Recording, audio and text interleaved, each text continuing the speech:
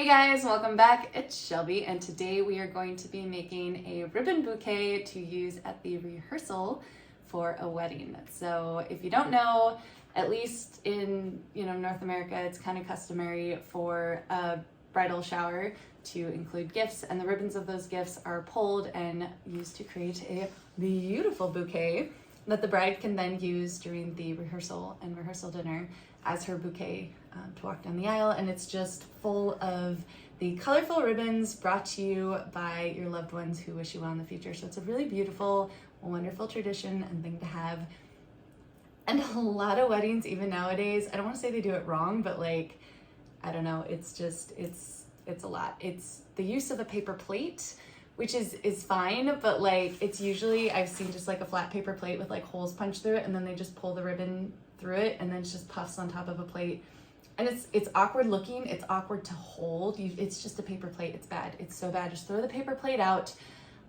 There are ways to make nice paper plate rehearsal bow bouquets. I made a decent one for a friend, 5 years ago now? It's kind of crazy. If you guys want to see kind of a technique to do that, let me know in the comments and I will make a video on that.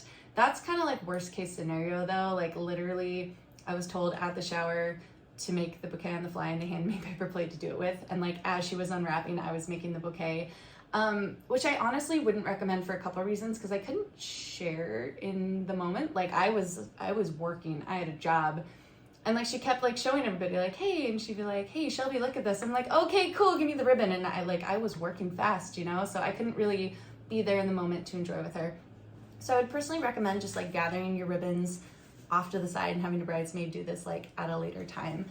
Not necessarily right then, but there are ways to do it, and if you want to know, let me know and I will show you. Otherwise, we're gonna make it this way, which I personally prefer because I think it looks more like a bouquet. If you know what the bride's bouquet looks like, you can kind of match the shape of it. So this is poofy with tendrils because that is my personal preference, but you can make it just all poofy, like a tiny little nosegay. You can make it very structured. You can make it very wild, whatever the bride's personal aesthetic is.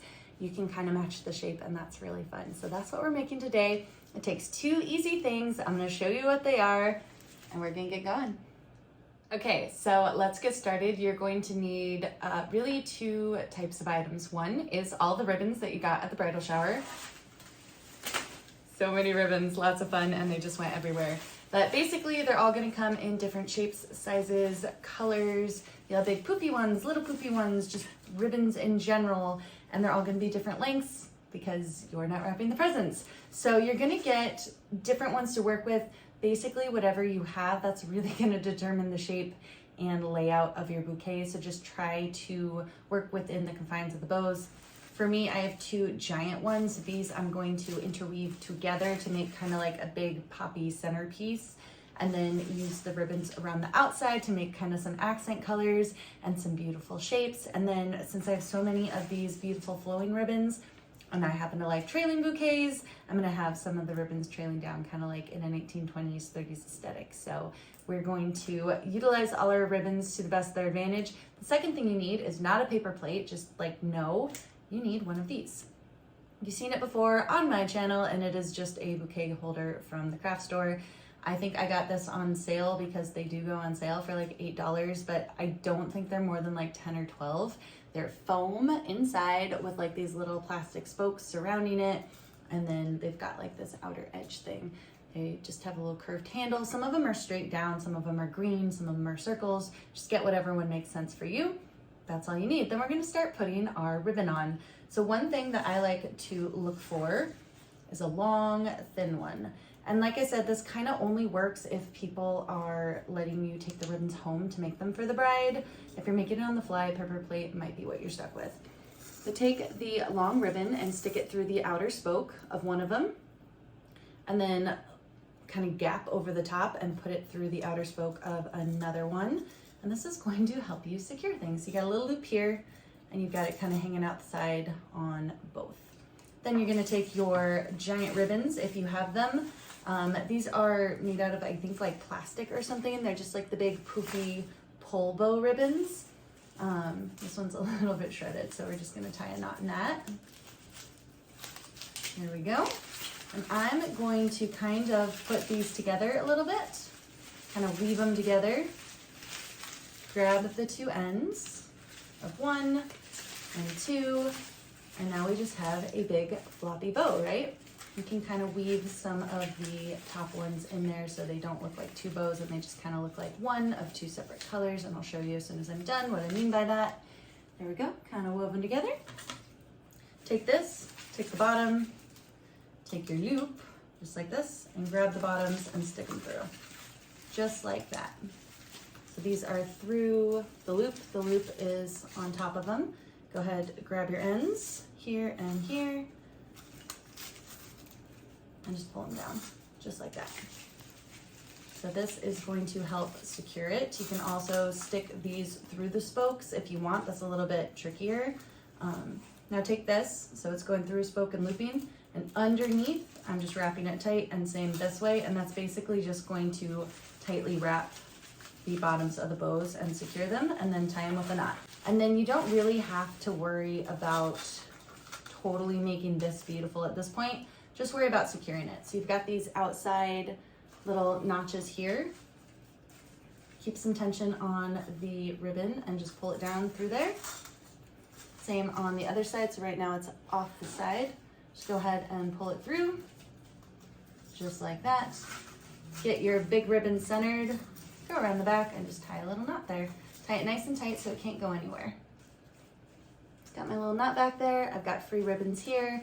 And now we can take this and kind of pull the sides down, adjust them how we want.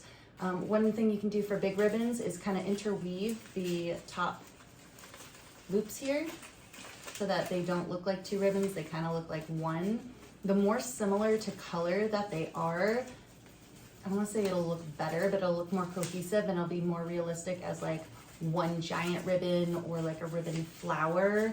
Mine are bright red and cobalt blue, so they're not going to fool anyone that they're two separate ribbons, but it still looks a little bit better and more cohesive if you've just got a little point where they're woven together. So now that's the hard part, honestly. The rest of it is super easy. So we're just going to be attaching ribbons. I've got these hanging down. What you can do if you want is bring them back up over the top and through. When you can't see it, it gets tucked in there and it just adds a little bit more stability. You're always going to want to come through one of these edge slots here. See right there? Just tuck it in. That's going to secure it to the plastic. And there's a lot more space in the outer ones than there is in the spokes inside. It's still somewhat fiddly, but it's much easier. Go ahead and pull it down like that. And you can secure it. Nice and tight. Now it's literally not going anywhere. I'm just going to tie another knot in the outside ribbons just to make sure it doesn't loosen up again. So this is the big poppy bow poofy top of the bouquet, and the rest of these loose ribbons I'm just going to let fall down. I do have this ribbon here, which is a very thick, kind of 2.5 inch thick wired ribbon. So on the outside edges, there's little wires in there. So you can hold a shape with this. And what I'm gonna do with this is weave it around the outside of the bouquet through these large kind of spokes on the outside to give me a little bit of a cleaner look. So I'm gonna save that until the end, or at least close to the end. So even though this is a big, beautiful ribbon, I'm not going to use it. Instead, I'm going to work on filling out the front of my bouquet. So I'm going to take this big ribbon here because it's about 1 inch thick. It is unwired, but it's going to have a nice shape because it's kind of a thicker cloth ribbon. And pull it up. And what I'm gonna do is just tie a giant bow in it. And then you'll see it already is taking up lots of room. I am personally going to leave these tendrils hanging down. I like that look. If you don't like it, keep tying other bows, wind them through the spokes, pull them up inside the loop, whatever you want. Make sure you switch colors. So I have a couple different white ones here. I've got a few purples of the same color. I've got some red, some black, some gold, and then some kind of meshy ribbon. So let's go in with the mesh too. Honestly, that can fill it out. And I'm just going through the giant spokes because the top is basically covered, right? So we just need the little spokes on the bottom. Push it up, pull it out. And you could even do a loop if you don't want to do a bow. Now it's secure. And now you just tie a bow. Just like that. So what this does is it creates lots of beautiful volume. It creates a little bit of interest. If you want a little pop of color, you just bring it up through here. You can make your loops bigger if you want, and kind of bring this yellow up inside and create a little peak of color, almost like a little tiny flowers in there. Just kind of cool. If you don't want these hanging down, just tie another bow in them, get new loops, anything you want to do. We're going to continue with the rest of our ribbons. Don't forget too, what you can do is on these side spokes, you need to cover up there too. So go ahead and stick a ribbon in perpendicular up above the bottom. Same treatment, still a bow. And then move it up the spoke. So it just slides up a little bit, covers more room. Let's do that with the rest of our ribbons.